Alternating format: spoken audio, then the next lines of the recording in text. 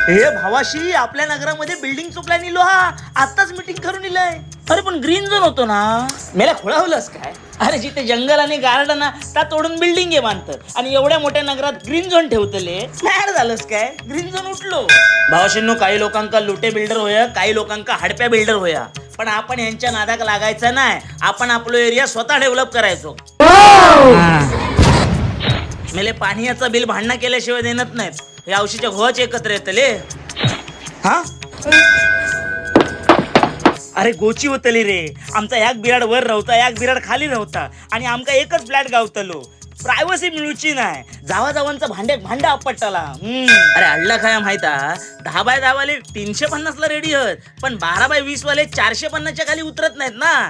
त्यांचा पण बरोबर मी मीटिंग मध्ये सांगलोय 350 नाही 450 तरी एरिया होय.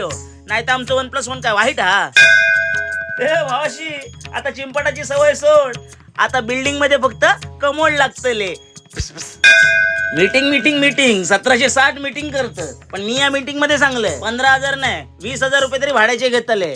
सध्या मार्केटमध्ये तोच भाव चालू. आणि भांडूप मध्ये भाड्यान खैरवतलं. खोळावलंस काय? अरे डोंबिवलीत 5,000ची रूम बघले 15,000 रुपये सेव्हिंग. याक मन सांगता नगर आमचा तसा बरा, डेव्हलपमेंटची गरज नाही. पण त्याच जागी दुसरा मन असं सांगता की नगरातल्या शेवटच्या चाळीपर्यंत अजून रिक्षा जाणार नाही, ॲम्ब्युलन्स जाणार नाही, फायर ब्रिगेडची गाडी जाणार नाही. म्हणा डेव्हलपमेंट होऊया. आणि डेव्हलपमेंट ना सामान्य नागरिकांसाठी व्हाय, नुसत्या बिल्डरच्या फायद्यासाठी नको.